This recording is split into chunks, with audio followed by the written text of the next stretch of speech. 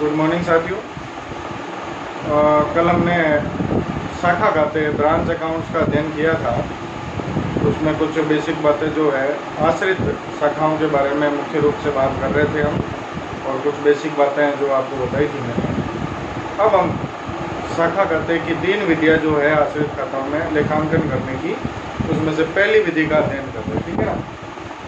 पहली विधि क्या है अपनी? शाखा देनदार विधि या शाखा अवास्तविक खाता विधि।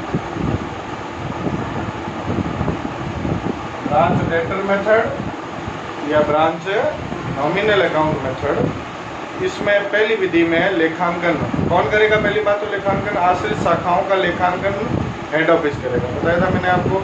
तो हेड ऑफिस इसका लेखांकन करेगा पूरा का पूरा जो भी है। तो हेड ऑफिस 3 विधियां हैं हेड ऑफिस के पास में। पहली विधि हम पढ़ रहे हैं कि ब्रांच डेटर मेथड जो है उससे लेखांकन किस तरह से करेगा हेड ऑफिस। तो इसमें क्या होता है, हेड ऑफिस प्रत्येक ब्रांच का एक खाता बनाता है। जितनी भी ब्रांचेज है हेड ऑफिस की, 5000 ब्रांचेज है तो 5000 खाते बनाए। मान लो कि नागौर की एक ब्रांच है, तो हेड ऑफिस नागौर की ब्रांच का अकाउंट बनाएगा, ब्रांच अकाउंट ब्रैकेट में लिख देगा नागौर। और नागौर में 4 ब्रांचेज है तो नागौर 1, नागौर 2 जैसे भी सिचुएशन है, और इसका एक अकाउंट बनाएगा हेड ऑफिस।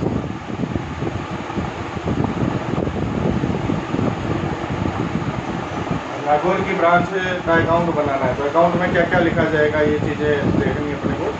सबसे पहले तो ब्रांच की जितनी संपत्तियां, उन संपत्तियों का ओपनिंग बैलेंस, जितनी भी संपत्तियां है ब्रांच की, उन संपत्तियों का ओपनिंग बैलेंस जो है वो लिखना पड़ेगा। अब ब्रांच के पास क्या क्या संपत्तियां हो सकती है? एक तो ब्रांच के पास स्टॉक हो सकता है, तो ब्रांच स्टॉक, ये ओपनिंग है सारी जितनी भी लिख रहा हूँ, ठीक है ना। ब्रांच का स्टॉक हो सकता है, ब्रांच की एसेट्स हो सकती है, फिक्स्ड एसेट्स, तो ब्रांच फिक्स्ड एसेट्स। ब्रांच की पेटी कैश हो सकती है, पेटी कैश बताई थी मैंने आपको, तो ब्रांच पेटी कैश। ब्रांच में यदि उधार की सुविधा ब्रांच ने प्रदान कर रखी है तो ब्रांच के डेटर्स भी हो सकते हैं, तो ब्रांच डेटर। ये ओपनिंग बैलेंसेज है सारे, ठीक है ना। ओपनिंग बैलेंसेज है जितने, जैसे ओपनिंग बैलेंस है वैसे क्लोजिंग बैलेंस भी आएंगे। वो भी पहले लिख देता हूँ मैं ताकि आपको अच्छे से समझ में आ जाए। हालांकि क्लोजिंग बैलेंसेज लास्ट में लिखे जाते हैं, लेकिन मैं पहले लिख देता हूँ ताकि आपको समझने में दिक्कत नहीं होगी। Branch stock, branch fixed assets, branch पेटी कैश और ब्रांच डेटर। ओपनिंग बैलेंस से सारे डेबिट साइड में आ जाएंगे ब्रांच अकाउंट के, और क्लोजिंग बैलेंस से सारे जो होंगे वो क्रेडिट साइड। अब क्या ध्यान रखना है, हेड ऑफिस और ब्रांच के बीच में आपस में जो ट्रांजैक्शंस हुए हैं केवल वही लिखे जाएंगे। ब्रांच ने जो ट्रांजैक्शन किए हैं, ब्रांच ने मान लो माल बेचा तो वो लिखना नहीं है। ब्रांच ने कोई भी ट्रांजैक्शन किया है वो नहीं लिखना है। केवल इसमें कौन से ट्रांजैक्शंस आएंगे? ऐसे ट्रांजैक्शंस जो हेड ऑफिस और ब्रांच के बीच में हुए। अब देखो हेड ऑफिस और ब्रांच के बीच में क्या ट्रांजैक्शंस हो सकते हैं। तो पहली बात, हेड ऑफिस ने ब्रांच को माल भेजा हो, नो डाउट माल भेजेगा तभी माल बेचेगा। तो हेड ऑफिस जब ब्रांच को माल बेचेगा तो इसकी एंट्री होगी to goods and to branch, to goods and to branch, ठीक है ना। अच्छा, और हेड ऑफिस ने ब्रांच को मान लो छोटे छोटे खर्चों के लिए पेटी कैश भेजी है, छोटे छोटे खर्चों के लिए पेटी कैश भेजी है, तो पेटी कैश की जो राशि रेमिटेंस ऑफ पेटी, इसके अलावा मान लो हेड ऑफिस ने ब्रांच के खर्चे चुकाए हैं, जो भी खर्चे किराया है, कर्मचारियों का वेतन है, डायरेक्ट हेड ऑफिस ही चुकाता है, आपको पता है। तो जितने खर्चे चुकाए हैं तो टू बैंक एक्सपेंसेस जितने पेड हुए हैं वो हेड ऑफिस जो है वो लिख लो, ठीक है ना। इसके बाद में क्रेडिट साइड में बात करें तो ब्रांच जब माल बेचेगा तो जो पैसे कलेक्ट होंगे, नगद बिक्री में तो सारे पैसे तुरंत ही कलेक्ट होने हैं, और उधार में जब भी पैसे कलेक्ट होंगे, पैसे कलेक्ट होते ही ब्रांच वो पैसे किसको भेज देता है, हेड ऑफिस को भेज देता है।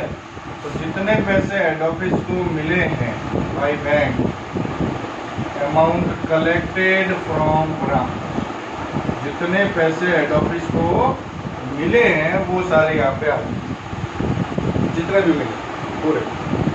और एक जो गुड सेंड टू ब्रांच था, ये माल हेड ऑफिस ने ब्रांच को भेजा था तो हमने इधर लिखा था। अब मान लो इसमें से कुछ माल डिफेक्टिव है या खराब है तो ब्रांच ने वापस हेड ऑफिस को भेज दिया, तो इसकी रिवर्स एंट्री हो जाएगी, बाई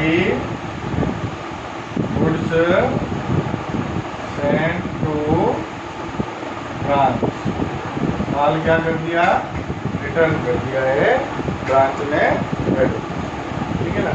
तो ये सारे ट्रांजेक्शन आएंगे, बस इतने ही ट्रांजेक्शन आते हैं ब्रांच अकाउंट में। और जो अंतर की राशि होगी वो प्रॉफिट या लॉस कैलकुलेट हो जाएगा तो P&L प्रॉफिट है, तब तो P&L अकाउंट की, P&L हेड ऑफिस का है, ठीक है ना। ब्रांच के खाते से ब्रांच के प्रॉफिट को हेड ऑफिस के P&L अकाउंट में ट्रांसफर, और लॉस हो रहा है बाई P&L लॉस। तो इस तरह से ब्रांच अकाउंट बनेगा। अच्छा, इसमें एक चीज ध्यान रखनी है बहुत ही विशेष रूप से, हेड ऑफिस ने एक माल भेजा है ब्रांच को, यदि ये कॉस्ट प्राइस पे, लागत मूल्य पर भेजा है, इस पे लागत मूल्य पर, कॉस्ट प्राइस पर भेजा है, तब तो आप इस तरह से एंट्रीज कर लोगे, कोई दिक्कत नहीं। लेकिन यदि माल जो भेजा है वो बीजक मूल्य पे या विक्रय मूल्य पे भेजा जा रहा है, इसका मतलब उसमें प्रॉफिट जुड़ा हुआ होगा। तो प्रॉफिट जुड़ा हुआ होगा तो वो प्रॉफिट अपने को अलग करना पड़ेगा, ठीक है ना। तो ये गुड सेंड टू ब्रांच मान लो यहाँ पे बीजक मूल्य पे भेजा है तो कॉस्ट में प्रॉफिट भी जुड़ा हुआ है। तो जब खाते बनाएंगे तो क्या करेंगे, यहाँ पे तो कॉस्ट प्लस प्रॉफिट दोनों राशि आएगी, इसमें से प्रॉफिट की राशि वापस क्रेडिट साइड में लिख देंगे तो हिसाब बराबर हो जाएगा।